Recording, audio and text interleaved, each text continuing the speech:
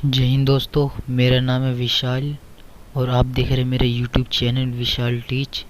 और आज मैं आपको पढ़ाने जा रहा हूँ 12th क्लास की पॉलिटिकल साइंस की फर्स्ट बुक की फर्स्ट चैप्टर, जिसका नाम है शीत युद्ध का दौर। आज हम शीत युद्ध का दौर पढ़ने वाले हैं और टाइम वेस्ट ना करते हुए हम शुरू करते हैं। सो उससे पहले जिन्होंने हमारे चैनल को सब्सक्राइब नहीं किया वो जल्दी से सब्सक्राइब कर ले। मैं आपके लिए ऐसी ही वीडियो लाता रहता हूँ। तो शुरू करते हैं हम। शीत युद्ध से क्या अभिप्राय है? दोस्तों, ये क्वेश्चन आ सकता है एग्जाम में कि शीत युद्ध से क्या अभिप्राय है, तो मैं आपको इसके बारे में बता दूं। शीत युद्ध से अभिप्राय विश्व की दो महाशक्तियों अमेरिका व पूर्व भूतपूर्व सोवियत संघ के बीच व्याप्त उन कटु संबंधों के इतिहास से है जो तनाव, भय, ईर्ष्या पर आधारित था। दूसरे विश्व युद्ध के बाद 1945 से 91 के मध्य इन दोनों महाशक्तियों के बीच शीत युद्ध का दौर चला और विश्व दो गुटों में बंट गया। यह दोनों के मध्य विचारात्मक था, राजनीतिक संघर्ष था। सो भाइयों, ये था शीत युद्ध से अभिप्राय। अब हम कुछ महत्वपूर्ण बिंदुओं के बारे में बात करेंगे द्वितीय विश्व युद्ध से अब तक हैं। पर हमारा प्रथम विश्व युद्ध हुआ था 1914 से 1918 तक। गाइस, ये आ सकता है पेपर में, बहुत बार आया भी है कि प्रथम विश्व युद्ध कब हुआ था, तो हमें इसमें ये लिखना 1914 से 1918 तक। और द्वितीय विश्व युद्ध यानी दूसरा विश्व युद्ध कब से कब तक हुआ था, तो 1939 से 1945 तक। ठीक है गाइस, 1939 से 1945 तक। सो गाइस, हम सेकंड पॉइंट की ओर बढ़ते हैं और हम बात करें द्वितीय विश्व युद्ध के गुट। द्वितीय विश्व युद्ध के दौरान दो गुट बने थे, एक मित्र राष्ट्र, एक दूरी राष्ट्र। मित्र राष्ट्र में जो जो देश थे मैं उनके नाम बताता हूँ। एक था सोवियत संघ, दूसरा था फ्रांस और ब्रिटेन और संयुक्त राज्य अमेरिका, जो मित्र राष्ट्र में थे। और धुरी राष्ट्र में जर्मनी, जापान, इटली, ये तीन देश थे। ठीक है। और एक और पॉइंट में बता दूं कि द्वितीय विश्व युद्ध की समाप्ति के पश्चात दो महाशक्तियों का उदय हुआ।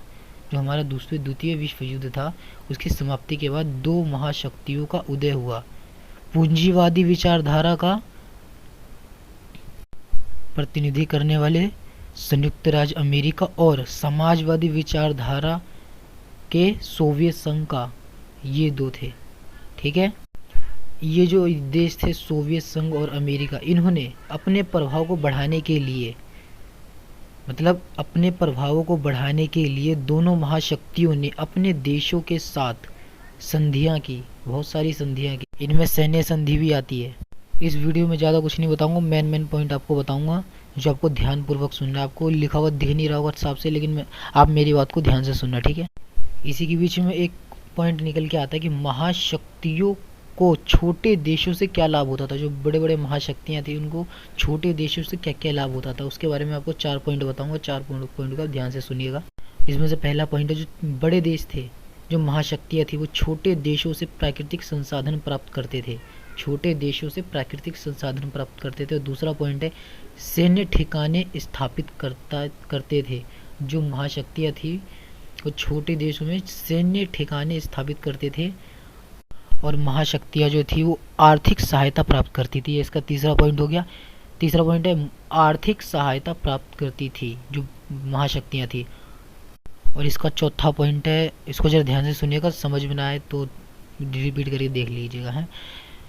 तो जो चौथा पॉइंट है वो भू क्षेत्र, मतलब जो महाशक्तियाँ थी वो भू क्षेत्र लेते थे ताकि महाशक्तियाँ अपने हथियारों और सेना का संचालन कर सके। ये मैंने आपको 4 पॉइंट बता दिए हैं। अगर आपको समझ में नहीं आता तो कमेंट में बता दो, मैं इसके ऊपर एक और वीडियो बना दूंगा। मेरे को कोई चीज़ें नहीं है, मैं इसके ऊपर एक और वीडियो बना दूंगा, अच्छे तरीके से समझाने की कोशिश करूंगा।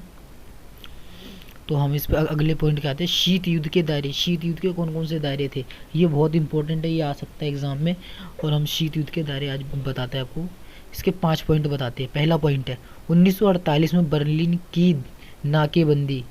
जो 1948 में बर्लिन की नाकेबंदी हुई थी, ये फर्स्ट पॉइंट हो गया। इसका सेकंड पॉइंट है 1950 में कोरिया संकट। इसका सेकंड पॉइंट हो गया। इसका थर्ड पॉइंट बताता हूँ, 1954 से 1975 तक वियतनाम में अमेरिकी हस्तक्षेप, ठीक है। और इसका फोर्थ पॉइंट है 1956 में हंगरी में सोवियत संघ का हस्तक्षेप। हंगरी में 1956 में सोवियत संघ का हस्तक्षेप।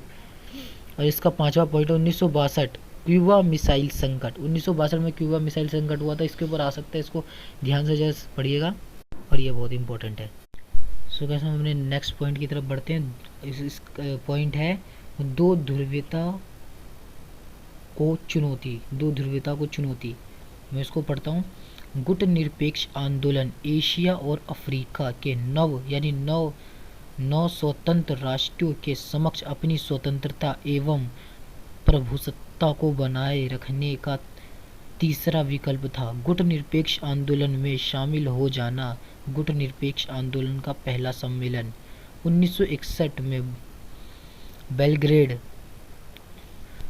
यूगोस्लाविया की राजधानी में हुआ, जिसकी नींव 1915 में एर्फो एशियाई सम्मेलन में रखी गई। बाडुंग सम्मेलन इस आंदोलन के संस्थापक देश व नेता थे। सो ये थे कुछ महत्वपूर्ण पॉइंट जो आपको मैंने बता दिए। अगर आपको वीडियो समझ में नहीं आती, फिर आपको कुछ समझ में नहीं आता, तो मुझे कमेंट में बता दो। मैं आपके लिए नई वीडियो, दूसरी वीडियो बना दूंगा इसी के ऊपर। और अगली वीडियो अगर आपको आती है समझ में, तो अगली वीडियो में अगर नेक्स्ट चैप्टर के ऊपर बनाऊंगा। हमारा सिलेबस में तो बहुत कुछ कट चुका है और बहुत कुछ ऐड भी हुआ है, तो उसी हिसाब से मैं पढ़ा रहा हूँ आपको।